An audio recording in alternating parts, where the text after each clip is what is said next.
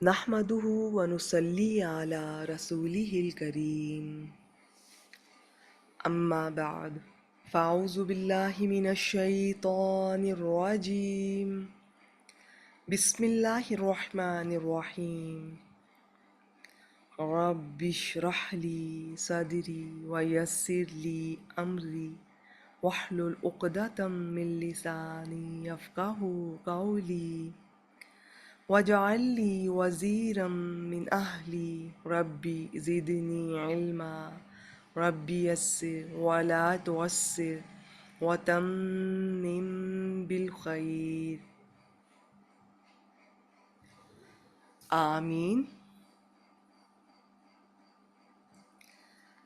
آج انشاءاللہ تعالی بإذن اللہ ہم قرآن ڈیلی کے سلسلے میں سورۃ النساء کی اگلی آیت کریمہ آیت نمبر 148 کا آسان ترجمہ اور تفسیر دیکھیں گے، اور اس کے ساتھ ہی ہمارا آج انشاءاللہ تعالی یہ چھٹا پارہ سٹارٹ ہو جائے گا۔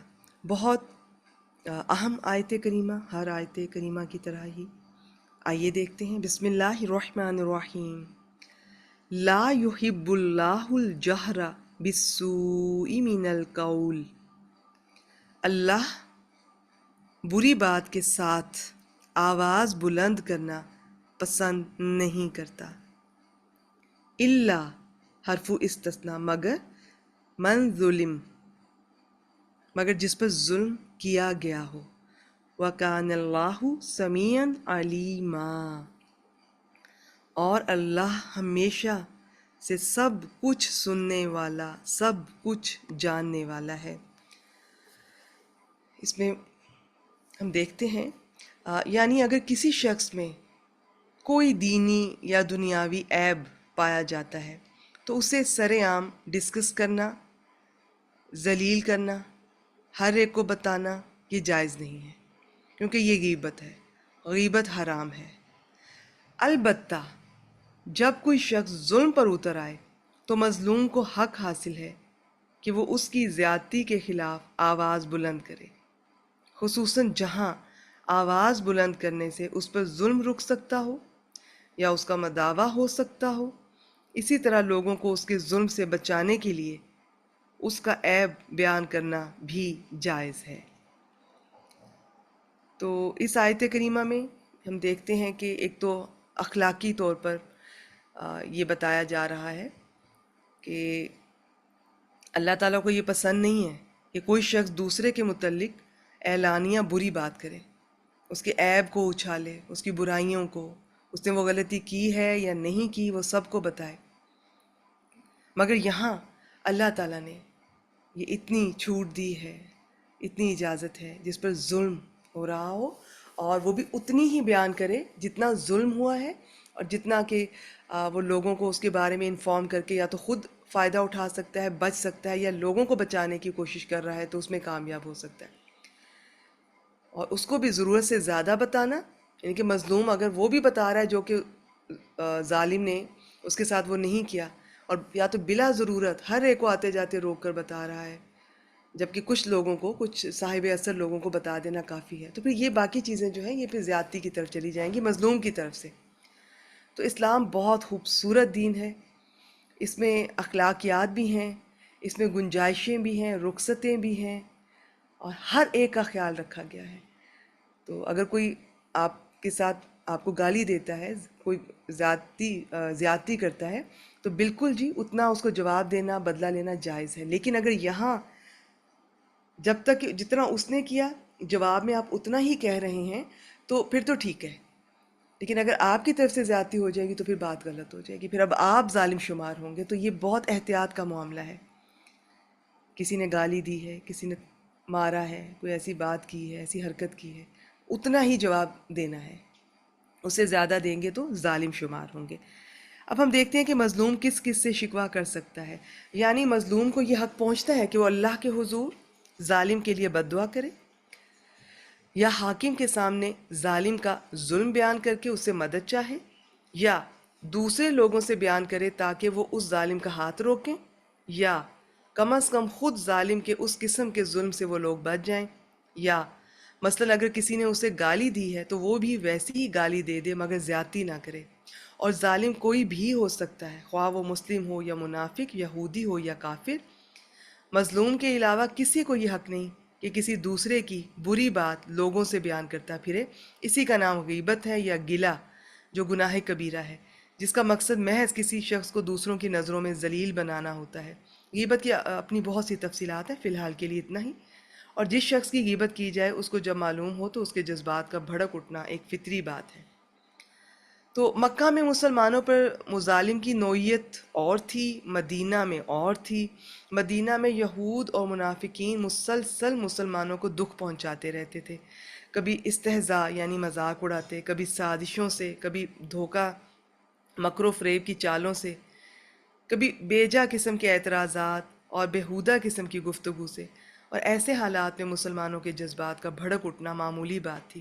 ایسے ہی حالات میں مسلمانوں کو یہ ہدایت دی جا رہی ہے تاکہ کوئی بھی بات بتنگڑ بن کر کسی بڑے فتنے کا باعث نہ بن جائے، لہٰذا وہ اپنے جذبات کو کنٹرول میں رکھیں۔ اور یہاں میں یہ بھی بتا دوں کہ گزشتہ آیات میں منافقین کے عیوب کا، ان کے جو عیب تھے، عیوب ان کا بیان تھا۔ یہاں بات مکمل کرنے کے لیے فرمایا کہ یہ چونکہ ظالم ہیں اس لیے ان کے عیب ظاہر کرنا جائز ہے، لیکن کوشش یہ کرنی چاہیے کہ حد الوسع نام لے کر بیان نہ کیا جائے۔